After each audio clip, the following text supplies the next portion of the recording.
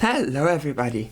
This week I was not sure what video to make, so I asked my viewers on Discord what they would like to see, and one sent me this video titled "Which Politics is Best for the Economy" by Whatifalthist, who I am sure you remember from my video 4 weeks ago in which we had a look at his channel.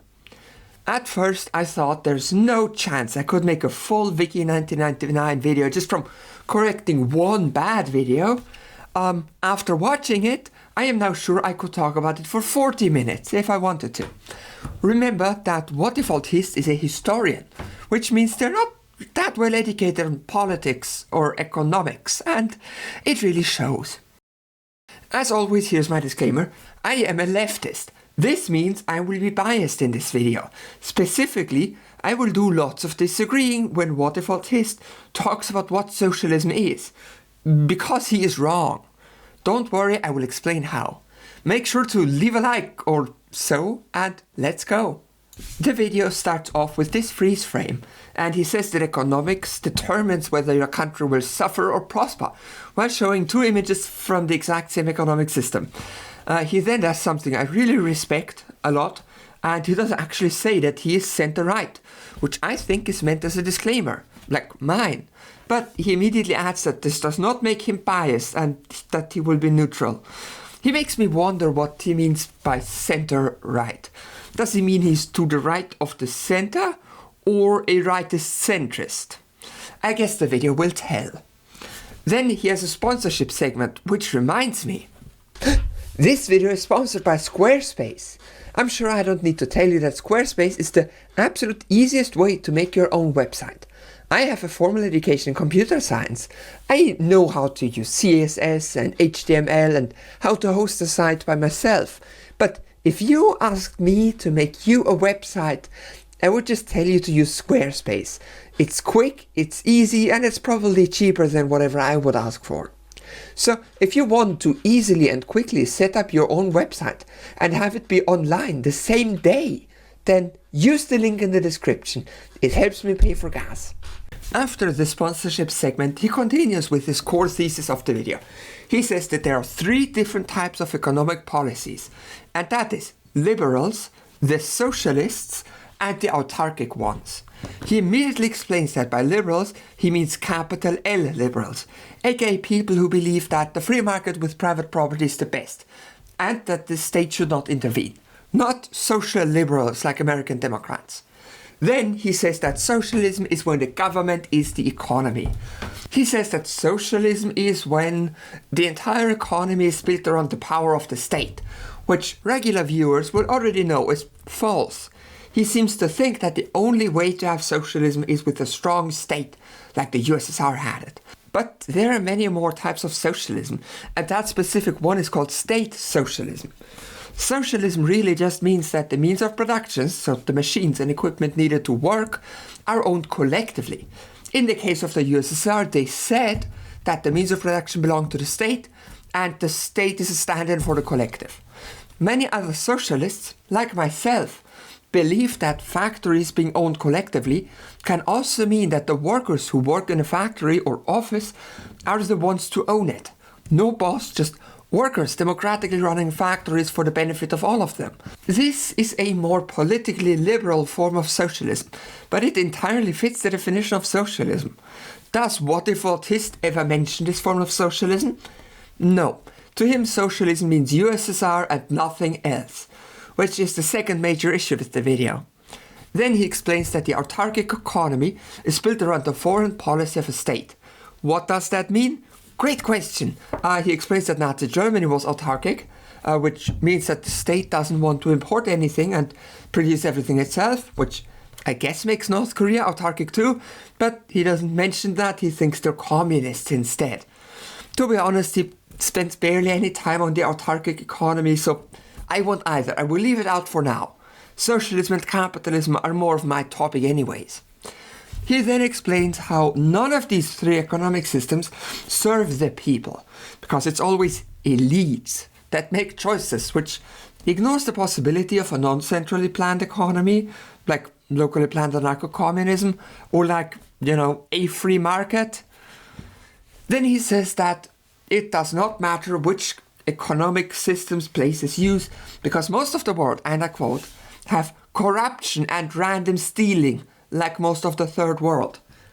Classical Western chauvinism. He's not educated on Africa at all, looks at this map made by American lobbyists and concludes that there's some theft-based society, which I hope I don't need to explain how that casually racist at the very least. In the following section, he goes in depth on liberalism, or at least what he thinks liberalism is. He explains that it's an old ideology that replaced mercantilism and it has a focus on little government intervention in the economy. The phrasing he uses is interesting because it implies that the economy already exists out there from nothing, while in reality, capital L liberals were the ones to first establish private property and free trade. The economy is not a natural feature of the landscape, it's man-made. He then says that before liberalism, strong states were the default, which is true. There was feudalism before capitalism, and feudalism was bad. Then he says that liberalism is great because countries with property rights are rich, and countries without them are poor, which I think he got from here, the Economic Freedom Index, which is arbitrary and made up for propaganda purposes by American far-right lobbyists. I have a video on it. But let's examine this.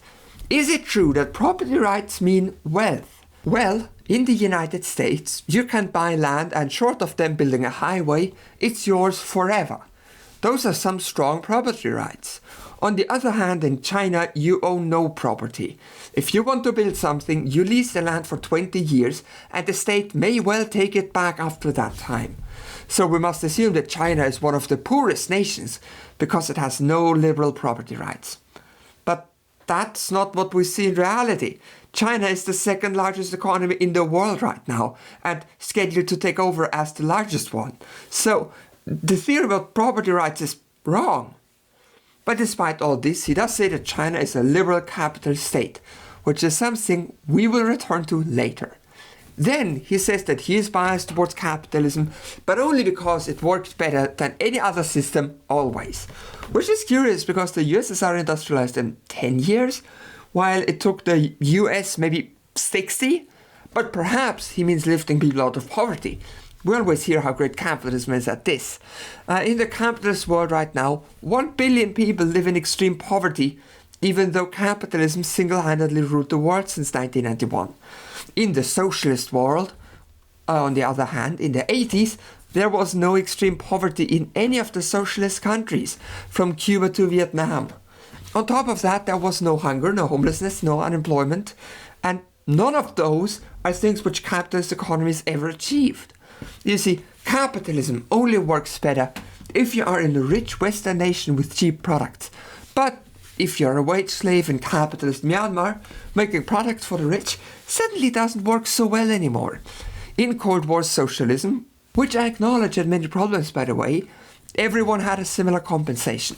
There was no poor underclass sewing clothing. The people who made it wore it. Then he says that women are wrong to complain about wage differences because women have it best under capitalism compared to any other system, which is a lie. Do you know when the Soviets sent their first woman to space? In 1963. Not wanting to seem like sexists, NASA sent a woman to space 2 decades later. Of course, this is just one example, but here comes an amazing fact. In the socialist world, women got the same hourly pay as men did. Yeah, I know, it's amazing, right? Capitalism has not managed that at all yet. And the Soviets did it in 1950. So maybe socialism was better for equality. And maybe when Whatifalthist says that women have the best opportunities in capitalism, he is lying. He does mention that capitalists are accused of exploiting people economically for their labor. But he says they don't. You may wonder with what great logic he defends this assertion. None. He just moves on. So I guess I should explain how capitalists exploit people. You see, capitalists own money, so they hire people. And those people make things. And the capitalist sells the things and then keeps part of the profit. But there would be no product without the worker. So why doesn't the worker get that money? Because they don't own the factory. If they did, they could make and sell the things and be fully compensated. But every time you're employed, the boss is taking a cut from what you produced, for no other reason than that they had the money to start a factory and you didn't. So as long as employers exist, you're making less than you could be. Someone needs to work for the boss's new Tesla. In addition to saying that capitalists don't exploit people, which they do, watch this video for details. He says that capitalists are not exploiting the poor in the third world because the labor there is not very valuable. And how does he determine the value of the labor? Exactly, he takes what the capitalists pay the workers and assumes that this is totally fair and right. In essence, he says that the labor in the third world is low value because the Western capitalists said so. Which I don't know how to interpret this, besides saying that the Westerners are deliberately underpaying it and justifying by underpaying. Then he says that capitalism doesn't lead to monopolies. It's actually the evil state who's at fault. He says that, for example, airlines are monopolies because states run them, which could be true in some cases, but there are monopolies not related to government, like YouTube and Google in general. Also, yes, capitalism does make monopolies.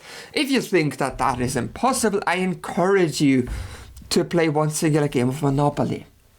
Here he mentions the downsides of liberalism, and I don't have much to say because I agree with him on most of these. He says liberalism can't solve climate change, and so on. Basically, that section is alright, though there are still some misconceptions in it. But this is where the alright ends, because now he talks about socialism, or communism. He uses the terms interchangeably.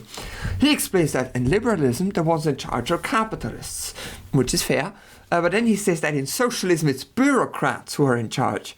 Which, again, is true if you just look at central planning, but see above, there are 50 types of socialism that don't plan the economy centrally. He immediately starts off saying that communism is against human nature.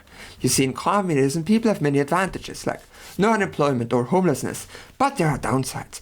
You don't have the option to become a capitalist who exploits others. So, liberals and right-centrists apparently think that this means people cannot work hard.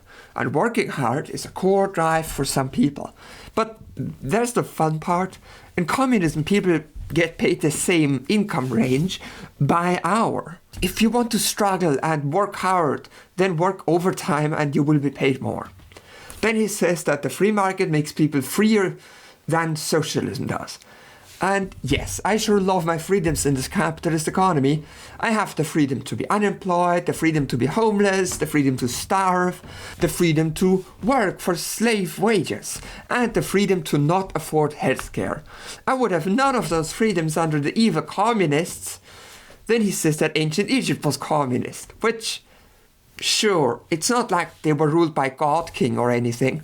Then he says that communism killed 80 million in 60 years, which I'm not sure where the 60 years are coming from, and I doubt that the 80 million number. In short, I have a video on the topic, and if it is true that communism killed 80 million, then I would like to point out that capitalism lets 10 million die every year right now. See, there are starving people, while in the West we throw away food. We could feed the hungry, but transporting that food is too expensive for the free market. Capitalism lets millions die every year. He says communism always reduces the standard of living, which is easy to disprove. This is the average Russian under the Tsar. They were uneducated peasants who could not read. This is the average Soviet citizen in 1990. They were highly educated and had the second highest living standards in the world. What happened in between those two times? 70 years of communism. Then he makes a classic, if socialism is good, then why is North Korea or East Germany so poor? Which is pretty easy. You see, West Germany and South Korea had access to a global capitalist supply chain, so they would hire poor exploited people in Myanmar to make cheap-as-sin products by taking advantage of the poor. In the socialist world, there were no dirt poor nations. There was no child labor. Soviets and Cubans had similar lives. The reason the West appears richer is because all you're looking at are the successful parts, but really you should look at the conditions of all capitalist nations. Then he says that the Nordic countries have a lower form of socialism, and that it worked well for them. But then adds that the only reason it works in those nations is because of their work-oriented culture. The motherfucker actually says that African nations can't have unemployment benefits because the people there are too lazy and would not keep working, like the people in Germanic nations. Can I report the video for hate speech yet, or does he actually have to literally quote Hitler first? Then he does an interesting 180. He says communists believe that we just need good people in charge, and communists consider their enemies evil, which both of those are wrong. Communists nowadays are very aware of the conditions people find themselves in. For example, we know that the reason the USSR and China became so authoritarian was because they had to endure civil wars before becoming self-determined. Those conditions forced them to adopt authoritarian tendencies, which ultimately weakened their revolutions and countries. But communists don't see this as oh, Trotsky should have taken over and then things would be different. Socialists recognize that conditions make people act one way. Yes, Stalin was bad, but he led the USSR through its hardest times. Many other people would have acted like him. To say communists just want good people in charge is to confuse communists with liberals. He also says that communists just call their enemies evil, which sometimes happens. For example, I would call Nestle evil for stealing water from communities in Africa, but mostly I don't make moral judgments like that. See, Karl Marx saw people like actors on a stage. They will play the part they were given. Maybe if I grew up like the Nestle CEO, I would do the same. And this is why calling people evil is not something I bother with. I instead try to abolish the conditions that make people act evil, like removing CEOs from the company leadership and having the employees vote on what to do instead. Then he says how socialists want rent control, which is him confusing us with social democrats. And then he says how silly socialists are. See, if you cap the rent, then people will not build new houses for people to live in, and you just make the issue worse. I can think of many rebuttals, but we'll use only one. You're not thinking big enough, comrade. We don't cap the rent and leave it at that. We will have the state build houses and disown large real estate companies while abolishing the housing market. You're using a market logic to explain why socialists are wrong, but we operate on an entirely different level. We do not abide by market logic because we're abolishing your markets and capitalism. He then says that socialists only care about the distribution of products and money and not about the production, which... What do you think the phrase "seize the means of production" means? It's about getting the production, not distribution. And then the last thing he says is that socialists are super dumb because they want to bail out capitalists during crisis. Yes, as you know, that is what communism is about. Taking money from the people and giving it to capitalists. This is definitely what we believe in. So, 90% of his video was just misconceptions about socialism and capitalism. But I think the core issue with his approach is that he tries to cram American Democrats who like bailouts, Swedish Social Democrats who like healthcare, and Stalinist North Korea into one ideology. He only ever recognizes 3 possible systems and even mentions that the third of those is used by nobody right now. In effect, he decided that the world is black and white, liberal or communist, which is the dumbest shit ever. Capitalism and socialism are a spectrum, and so is markets versus planning and authoritarian versus libertarian government. Those are 3 completely different spectrums. Actually, let me illustrate this. And yes, this will be a bit oversimplified, but maybe it will help Whatifalthist and his friends to register what I mean. This axis is private property and collective property. This one is market versus planning, and this third one is about how authoritarian the government is, ranging from authority to liberty.